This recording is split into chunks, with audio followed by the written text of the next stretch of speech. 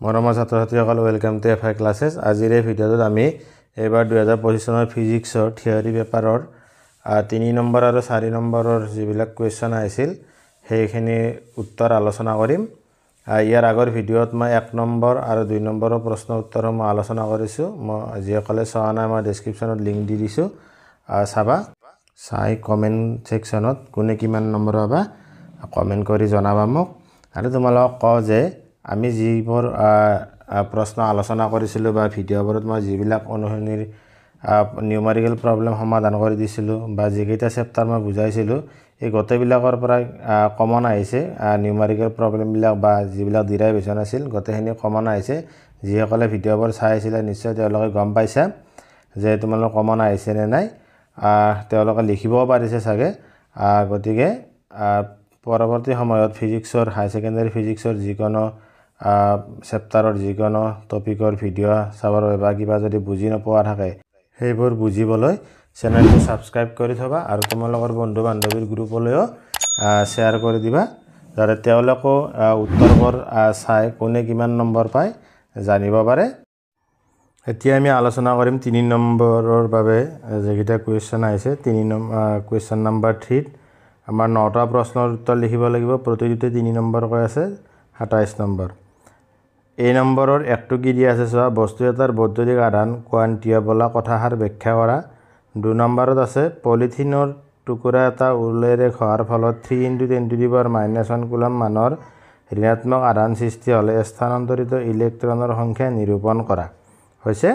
এই দুটা প্ৰশ্ন তোমালোকৰ প্ৰথম চেপ্টাৰটোৰ এক্সাৰসাইজৰ পৰা দিছে 1.4 আৰু 1.11 ৰ পৰা। ইয়াত তোমাৰ 2 নম্বৰত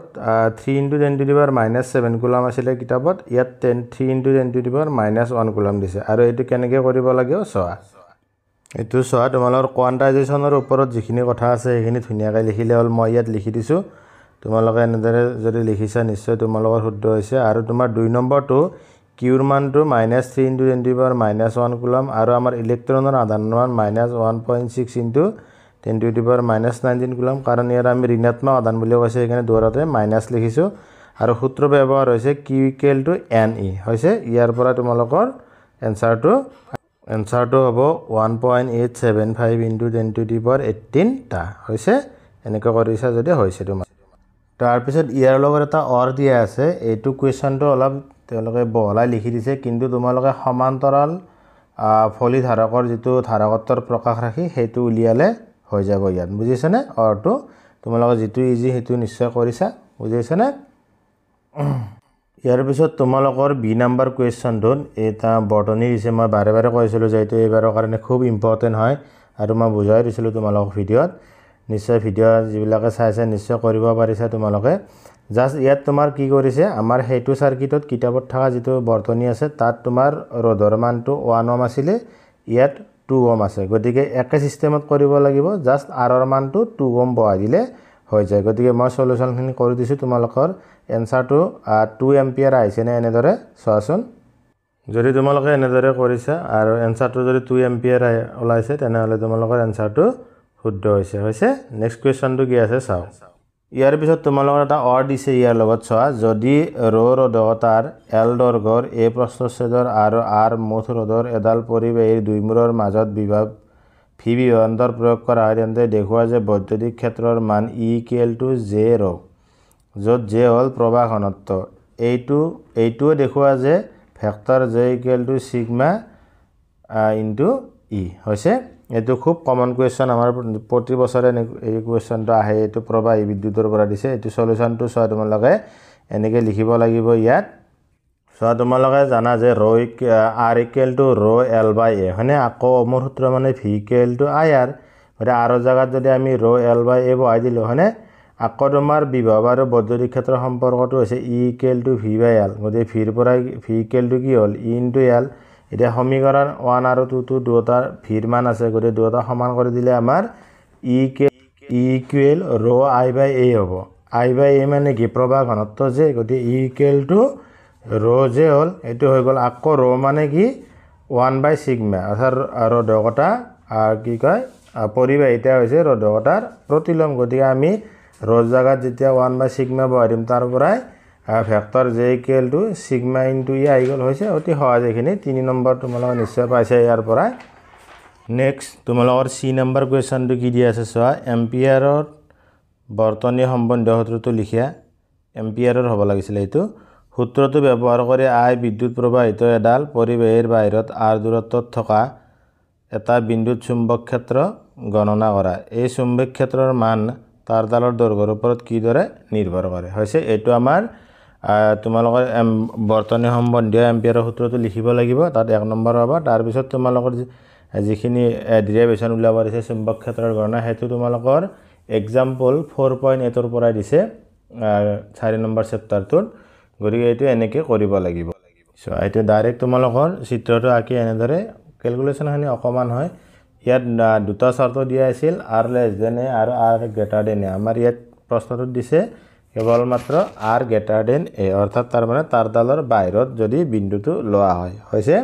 গৰিকে তোমালোকে এনেকে এখিনি কৰি দিছা যদি ইয়াত 3 নম্বৰ পাই যাবা হৈছে ইকুৱেশনটোৰ লগত এটা অৰ দি থৈছে এইটো আৰু ইয়াতকৈ সহজ হয় কি দিয়া আছে চুম্বকায়নৰ সংজ্ঞা দিয়া বাহ্যিক চুম্বক ক্ষেত্ৰ এখনত সংস্থাপিত 1 নম্বৰ এডাল অনুচুম্বকীয় আৰু 2 নম্বৰ এডাল অপচুম্বকীয় পদাৰ্থৰ কাষত চুম্বিক ক্ষেত্ৰ ৰেখাৰ আচৰণ দেখুৱাবলৈ চিত্ৰ আঁকা হৈছে এইটো আমাৰ 5 নম্বৰ চেপ্টাৰটোৰ পৰা দিছে চুম্বকত্ব আৰু পদাৰ্থ চুম্বকায়নৰ সংজ্ঞাটো কি আছিল যে কোনো পদাৰ্থখণ্ডৰ প্ৰতি একক আয়তনৰ মুঠ চুম্বিক ভ্ৰামকক চুম্বকায়ন বলে হৈছে আৰু তোমাৰ যেটো চিত্ৰ আঁকিব দিছে এইটো কিতাপখনত ডাইৰেক্ট আছে এনেদৰে যদি তোমালোকে আঁকি দিছে তেনেহলে তোমালোকৰ শুদ্ধ হৈছে কাৰণ মই তোমালোকক বাৰে বাৰে কৈছো যে এনসিআৰটি যিবিলাক চিত্ৰ থাকে সেইবিলাক তোমালোকে সদায় চাব লাগে তাৰ পৰা প্ৰতি বছৰে 2-3টা চিত্ৰ আঁকিব দিয়ে গতিকে এবাৰ এইটো দি দিলে অতি সহজ আছিল হয়নে নিশ্চয় তোমালোকে আঁকিব পাৰিছা ইয়াৰ পিছত তোমালোকৰ 2 নম্বৰ কোৱেশ্চনটো অতি কমন কোৱেশ্চন বাৰে বাৰে কৈ থকা আছিল যে এসি জেনাৰেটৰৰ তোমাৰ চিত্ৰটো এবাৰ আঁকিব দিব গতিকে দি দিছে হয়নে যে কি কৈছে চোৱা এটা পৰিৱৰ্তী প্ৰবাহ উৎপাদক আৰু এটা মটৰৰ মাজত থকা এটা পাৰ্থক্য উল্লেখ কৰা এইটো তোমালোকে ক্লাস 10 তে পাইছা যে প্ৰবাহ উৎপাদকে কি কৰে যে তোমাৰ যান্ত্ৰিক শক্তিক বিদ্যুৎ শক্তিলৈ ৰূপান্তৰিত কৰে আৰু তোমাৰ মটৰে কি কৰে বিদ্যুৎ শক্তিক যান্ত্ৰিক শক্তিলৈ ৰূপান্তৰিত কৰে হৈছে ইয়াৰ তোমাৰ যেটো খণ্ড চিত্ৰ তোমাৰ এনসিআৰটি কিতাপখনত ধুনিয়াকৈ দিয়া আছে গতিকে এইটো এনেদৰে আঁকিছা যদি তোমালোকৰ হৈছে গতিকে চোৱা তোমালোকৰ এনসিআৰটিৰ পৰা কিমান চিত্ৰ আঁকিব দিছে হয়নে গতিকে নেক্সট পৰৱৰ্তী সময়ত যিবিলাকে প্ৰিপাৰেচন কৰিবা বা দিবা তেওঁলোকে সদায় মনত ৰাখিবা এনসিআৰটিৰ চিত্ৰবোৰ চাই যাবা সদায় ইয়াৰ লগত তোমাৰ এটা অৰ দি ধৰিছে এইটো খুব সহজ যে তোমাৰ তলত দিয়া ৰাশিকেইটাৰ কি কৰিছে যিকোনো তিনিটাৰ ওপৰত তোমাক লিখিব দিছে 1 নম্বৰটো দিয়া আছে আবেশৰ অপচয় 2 নম্বৰটো পাকৰ ৰড 3 নম্বৰটো এডি প্ৰবাহ 4 নম্বৰটো বিলম্বন আহৰণ হৈছে গৰিকে তোমালোকৰ এই চাৰিওটা কিতাপত ডাইৰেক্ট আছে মই সেইকাৰণে বাৰে বাৰে কওঁ এনসিআৰ আজিকালি এনসিআৰটি কিতাপৰ পৰা ডাইৰেক্ট কোৱেশ্চন হয় আৰু এনসিআৰটি কিতাপখন থ্ৰলি পঢ়িব লাগে ইয়াত চোৱা তোমালোকৰ ডাইৰেক্ট এইবোৰ তোমালোকৰ ধুনিয়াকৈ লিখি দিয়া আছে তোমালোকৰ যদি ইয়াৰ যিকোনো তিনিটা এইখিনি কথা লিখি দিলে তোমালোকৰ 3 নম্বৰ ধুনিয়াকৈ পাই গলা হয় হৈছে নিশ্চয় তোমালোকে লিখিছা যিবিলাকে পঢ়িছা গতি এনসিআৰটি সদায় ফলো কৰিবা অৱসৰ যিসকলে পৰীক্ষা দিব তেওঁলোকক কৈছো বাৰে বাৰে যে এনসিআৰটি খন থ্ৰলি ফলো কৰিবা তাৰ পৰা কোৱেশ্চন আহিব হৈছে নেক্সট তোমালোকৰ ই নম্বৰ কোৱেশ্চনটো যে আছে এটা খুব কমন কোৱেশ্চন হয় আমাৰ টেষ্ট পৰীক্ষা বিলাকতো আমি দিছিলো এইবিলাক গতিকে আৰু খুব ইম্পৰ্টেন্ট বুলি কোৱা হৈছিল গতি নিশ্চয় তোমালোকে এটো কৰিব পাৰিছা ইয়াৰ লগত এটা অৰ দিয়া আছে হে অৰটো তোমালোকৰ 9 নম্বৰ চেপ্টাৰ তোমাৰ এক্সাম্পলৰ পৰা দিছে গতিকে হেই অৰটো কি চাওহা চোৱা ইয়াত তোমাৰ কি কৈছে যে তলত দিয়া লেন্স প্ৰণালীটো গঠন কৰা প্ৰতিবিম্বটোৰ অৱস্থান নিৰ্ণয় কৰা এখন উত্তল লেন্স দিয়া আছে +10 সেন্টিমিটাৰ ফোকাস দৈৰ্ঘ্যৰ আৰু এখন অৱতল লেন্স দিয়া আছে -10 সেন্টিমিটাৰ ফোকাস দৈৰ্ঘ্যৰ আৰু দুখনৰ মাজৰ গ্যাপটো হৈছে 5 সেন্টিমিটাৰ আৰু উত্তল লেন্সখনৰ পৰা 30 সেন্টিমিটাৰত তোমাৰ কি কৈছে লক্ষ্য বস্তুটো ৰখা হৈছে এইটো ডাইৰেক্ট তোমাৰ এক্সাম্পল হয় বুজিছনে এনসিআৰটিৰ এটো চোৱা এক্সাম্পল নম্বৰ 9.9 হৈছে ইয়াৰ এনসাৰটো তোমাৰ কি আহিব ইনফিনিটি তোমাৰ লেন্স প্ৰণালীটো গঠন কৰা প্ৰতিবিম্বৰ অৱস্থানটো হ'ব ইনফিনিটিত হৈছে ইয়াৰ পিছত তোমালোকৰ F নম্বৰ কোৱেশ্চনটো অতি কমন বাৰে বাৰে কৈ থকা কোৱেশ্চন এটা আহিছে যে হাইজেন্সৰ নীতিটো লিখা আৰু তৰংগ সমূহৰ সংজ্ঞা দিয়া হৈছে আৰু কি কৈছে এটা তৰংগসমূহক বুজাবলৈ উপযুক্ত ব্যাসাৰ্ধৰ এডাল অৰ্ধবৃত্তাকাৰ ৰেখা অংকন কৰা এতিয়া ৰেখাডালৰ পৰা দুটামান গৌণ তৰংগ আঁকি তাও সময়ৰ পাছত গঠন হোৱা পৰৱৰ্তী তৰংগসমূহটো আঁকা তৰংগ দ্ৰুতি v হৈছে এইটো তোমালোকৰ যেটো 10 নম্বৰ চেপ্টাৰ আছে তাৰে হাইজেন্সৰ নীতিৰ তলতে এই ডায়াগ্ৰামটো তোমালোকৰ ধুনীয়াকৈ অংকন কৰা আছে তোমালোকে নিশ্চয় আঁকিছা এটো অতি সহজ প্ৰশ্ন হয় সকলে নিশ্চয় ইয়াৰ আনসাৰ কৰিব পাৰিছে ইয়াৰ লগত তোমালোকক এটা দিছে এটো ইয়ঙৰ ডিচিড্য পৰীক্ষাৰ পৰা এটা নিউমেৰিকেল প্ৰবলেম দিছে এটো তোমালোকৰ যোৱা বছৰো আহিছিলে গতিকে আমাৰ যিসকলে ভাবে যে কোৱেশ্চন ৰিপিট নহয় এটো এটা তাৰ উদাহৰণ যে এইটো কোৱেশ্চন যোৱা বছৰো আহিছে এবাৰো আহিল যোৱাবাৰ আমাৰ তৰংগ দৈৰ্ঘ্য উলিয়াব দিছে এইবাৰ তোমালোকৰ কি উলিয়াব দিছে ছিদ্ৰৰ পৰা পৰ্দাৰ দূৰত্ব নিৰ্ণয় কৰিব দিছে আৰু এইটো তোমালোকৰ 10 নম্বৰ চেপ্টাৰটোৰ এক্সাৰসাইজৰ 10.4 কোৱেশ্চন নম্বৰ হয় কোৱেশ্চনটো হয় গতিকে এইটো কেনেদৰে সলিউশন কৰিব লাগিব চোৱা এইটো এনেদৰে তোমালোকে ভ্যালু কেইটা লিখিলা আৰু তোমালোকৰ ফৰ্মুলাটো হ'ল x = n * d lambda / d ইয়াত তোমাৰ ক্যাপিটেল d ৰ মানটো উলিয়াব দিছে গতে ভ্যালুখিনি পুট কৰি দিয়াৰ পিছত তোমাৰ ছিদ্ৰৰ পৰা পৰ্দাৰ দূৰত্ব কিমান আহিব 1.4 মিটাৰ গতিকে তোমালোকৰ এনসাৰটো যদি এইটো ওলাইছে তোমালোকৰ নিশ্চয় শুদ্ধ হৈছে ইয়াৰ পিছত তোমালোকৰ জি নম্বৰ কোৱেশ্চনটো কি দিয়া আছে চোৱা প্ৰতিবন্ধক বিভৱ কি তলত দিয়া প্ৰশ্নসমূহৰ সমূহ উত্তৰ দিয়া এটা চোৱা প্ৰতিবন্ধক বিভৱ কি আছিল যে নিম্নতম ঋণাত্মক বিভৱৰ বাবে আলোক বিদ্যুৎ প্ৰবাহৰ মান শূন্য হয় সেই বিভৱকে কি বুলি কয় প্ৰতিবন্ধক বিভৱ হৈছে ইয়াৰ পিছত যেকিটা কোৱেশ্চন দিছে মই কোৱেশ্চন কিটা নপঢ়ো সময় বহুত যাব 1 নম্বৰটোৰ এনসাৰটো হয় বুলি লিখিব লাগিব 2 নম্বৰটোৰ হয় বুলি লিখিব লাগিব 3 নম্বৰটোৰ তোমাৰ থাকে আৰু 4 নম্বৰটোৰ তোমাৰ প্ৰতিবন্ধক কম্পনাঙ্কৰ সংজ্ঞা দিব দিছে আমাৰ যেটো প্ৰাৰম্ভিক কম্পনাঙ্ক হেতুৱে তোমাৰ প্ৰতিবন্ধক কম্পনাঙ্ক গতে এইটো সংজ্ঞা নিশ্চয় লিখিব পাৰিছা তোমালোকে ইয়াৰ পিছত তোমাৰ ইয়াৰ লগত এটা দিয়া আছে কি আছে এইটো চাওয়া এইটো এটা তোমাৰ নিউমেৰিকেল প্ৰবলেম হয় 11 নম্বৰ চেপ্টাৰৰ ডাইৰেক্ট অনুশীলনৰ পৰা দিছে 11.2 যেটো কোৱেশ্চন অনুশীলনী হেতু ডাইৰেক্ট উঠাই দিছে কি কৈছে সিজিয়াম ধাতুৰ কাৰ্যফলন 2.14 ইলেক্ট্ৰন ভোল্ট 6 × 10^14 হাৰ্জ কম্পনাঙ্কৰ পোহৰে ধাতুটোৰ পৰাই ফটো ইলেক্ট্ৰন নিৰ্গত কৰিব পাৰে তেনেহলে তাৰ তলৰ ৰাশি কেইটা নিৰ্ণয় কৰা 1 নম্বৰ দিছে নিৰ্গত ইলেক্ট্ৰনৰ সৰ্বোচ্চ গতি শক্তি আৰু 2 নম্বৰটো দিছে প্ৰতিবন্ধক বিভৱ হৈছে গতিকে তোমাৰ এই প্ৰশ্নটো মই ভিডিঅত মানে ধুনীয়াকৈ সমাধান কৰি দিছিলো যিসকলে ভিডিঅবোৰ চাইছিলে নিশ্চয় তোমালোকে কৰিব পাৰিছা তোমালোকৰ 1 নম্বৰটোৰ এনসাৰটো হৈছে 0.34 ইলেক্ট্ৰন ভোল্ট নাইবা জুলত যদি উলিয়াইছে তেনেহলে এনসাৰটো হৈছে 0.54 × 10⁻⁻19 জুল আৰু 2 নম্বৰটোৰ এনসাৰটো 0.34 ভোল্ট হৈছে এইবিলাক প্ৰশ্ন ডাইৰেক্ট কমন আহিছিল মই ধুনীয়াকৈ বুজাই দিছিলো ভিডিঅত ইয়াৰ পিছত h নম্বৰটো কি দিয়া আছে যে বৰৰ দ্বিতীয় স্বীকাৰ্য আৰু পদাৰ্থ তৰংগৰ ধাৰণা আগবঢ়োৱা ডাব্ৰয়ৰ সমীকৰণটো উল্লেখ কৰা ডাব্ৰয়ৰ সমীকৰণটো ব্যৱহাৰ কৰি বৰে আগবঢ়োৱা rn ব্যাসাৰ্ধৰ nতম বৃত্তীয় কক্ষপথত ঘূৰি থকা এটা ইলেক্ট্ৰনৰ কৌণিক ভৰবেগৰ কোৱান্টাম শৰ্তটো নিৰ্ণয় কৰা যে আমি ক্লাছত বাৰে বাৰে কৈছিলো যে তোমাৰ মানে কি ডাব্ৰয়ৰ মানে সমীকৰণ ব্যৱহাৰ কৰি তোমাৰ বৰৰ হেৰিটো লিখিব দিব গতিকে এইখিনি তোমালোকৰ ধুনীয়াকৈ আছে ইয়াৰ আনসাৰটো এইখিনি লিখি দিলে তোমালোকৰ হৈ যাব হৈছে ইয়াৰ লগত তোমালোকৰ এটা দিছে এটো নিউমেৰিকেল প্ৰবলেম তোমালোকৰ 13 নম্বৰ চেপ্টাৰ নিউক্লিয়াৰ পৰা দিছে আৰু এটো ডাইৰেক্ট এক্সাৰসাইজৰ 13.3 নম্বৰ কোৱেশ্চন হয় ইয়াত তোমাৰ কি কৰিছে বন্ধন শক্তি উলিয়াব দিছে গতিকে মই বাৰে বাৰে কৈছিলো যে বন্ধন শক্তি উলিয়া গণিত আহিব তোমালোকৰ গতিকে এইটো আহিছে কেনেকৈ কৰিব লাগে মই ধুনীয়াকৈ কৰি দিছো ইয়াত তোমালোকে চোৱা তোমালোকে ভ্যালু বিলাক গতে কোৱেশ্চনটো দিয়া আছে এটা আমি ফৰ ঘাটিটো প্ৰথমতে উলিয়াই ল'ব লাগিব ফৰ ঘাটিটো তোমাৰ কিমান ওলাইছে 0.11236 ইউনিট ওলাইছে এতিয়া আমি বন্ধন শক্তিটো কি কৰিম ফৰ ঘাটিৰ লগত 931 মেগা ইলেক্ট্ৰন ভোল্ট পূৰণ কৰি দিলে তোমালোকৰ ফৰ ঘাটিটো বন্ধন শক্তিটো ওলাই যাব আৰু তোমালোকৰ উত্তৰটো হ'ব 104.60716 মেগা ইলেক্ট্ৰন ভোল্ট হৈছে ইয়াৰ পিছত তোমালোকৰ আই নম্বৰ কোৱেশ্চনটো খুব কমন কোৱেশ্চন এটা দিছে আমি টেষ্ট পৰীক্ষাটো এইটো দিছিলো যে এটা পিএন জাংচন আৰু ইয়াৰ প্ৰতীক চিহ্ন অংকন কৰা জাংচনটোত প্ৰাচীৰ বিভৱ কিদৰে সৃষ্টি হয় ব্যাখ্যা কৰা চমুকৈ হৈছে খুব কমন প্ৰশ্ন হ'ব যে খুব ইম্পৰ্টেন্ট বুলিও কোৱা হৈছিল আৰু ডাইৰেক্ট এই প্ৰশ্নটো তোমালোকৰ আহিছে হৈছে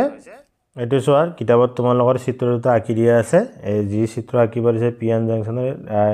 ওপৰটো সেইটো আৰু প্ৰতীকটো তলৰ চিত্ৰটো এইটো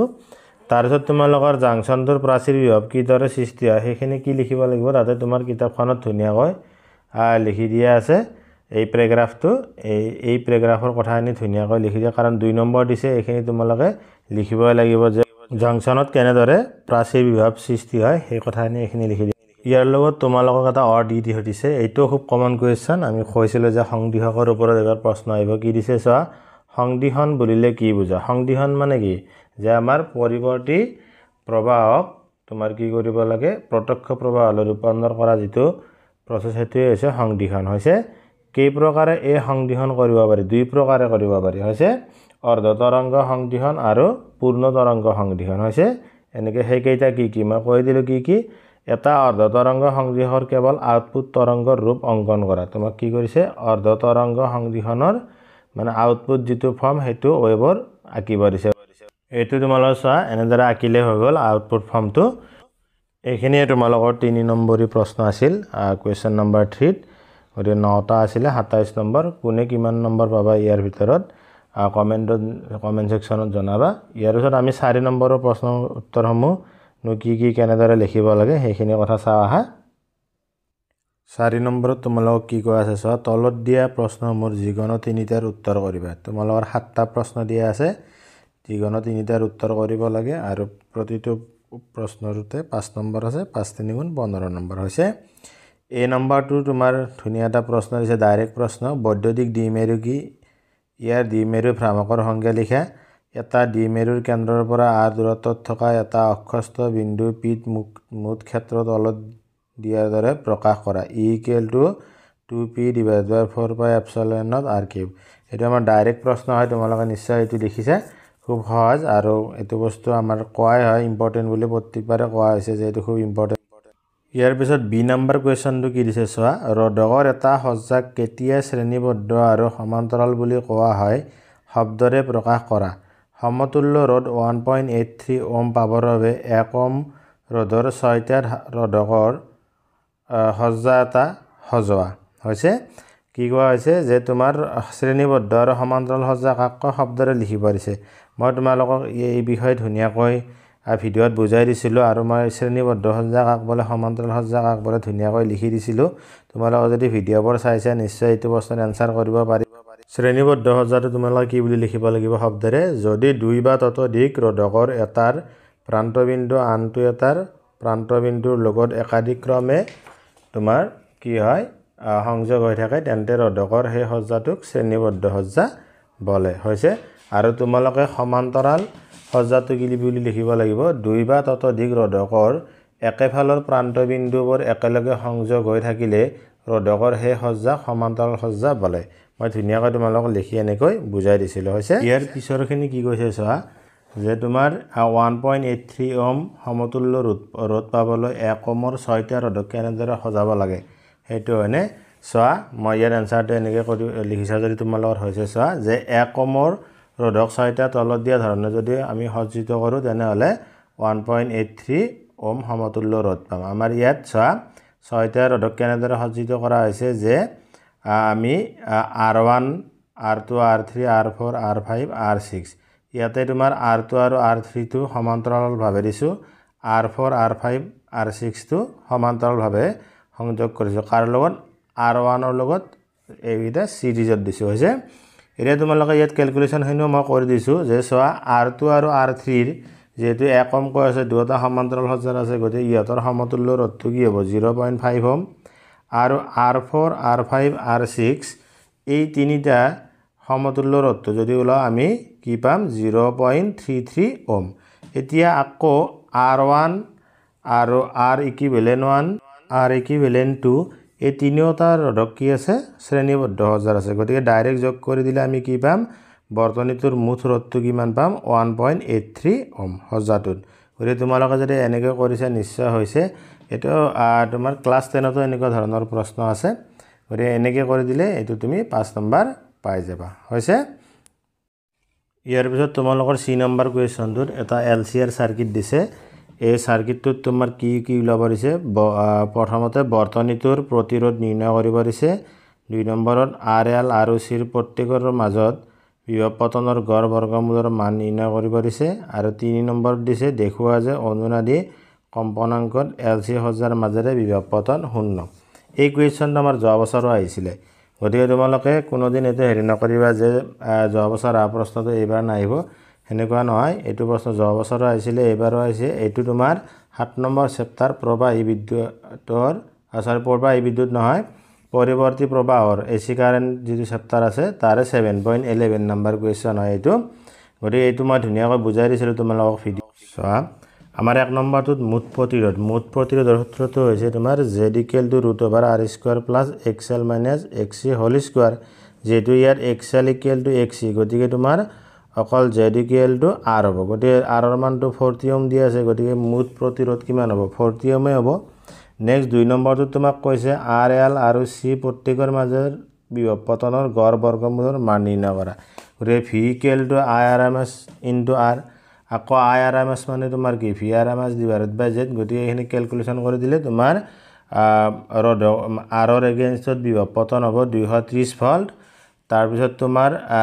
L ৰ এগেইনষ্টত বিভৱৰ পতন হ'ব 1437.5 ভোল্ট আৰু ক্যাপাসিটৰৰ এগেইনষ্টত বিভৱৰ পতন হ'ব 1437.5 ভোল্ট তোমাৰ L আৰু C ৰ যি বিভৱ পতন দুটা একে তাৰপিছত তোমাক 3 নম্বৰটো কি কৈছে যে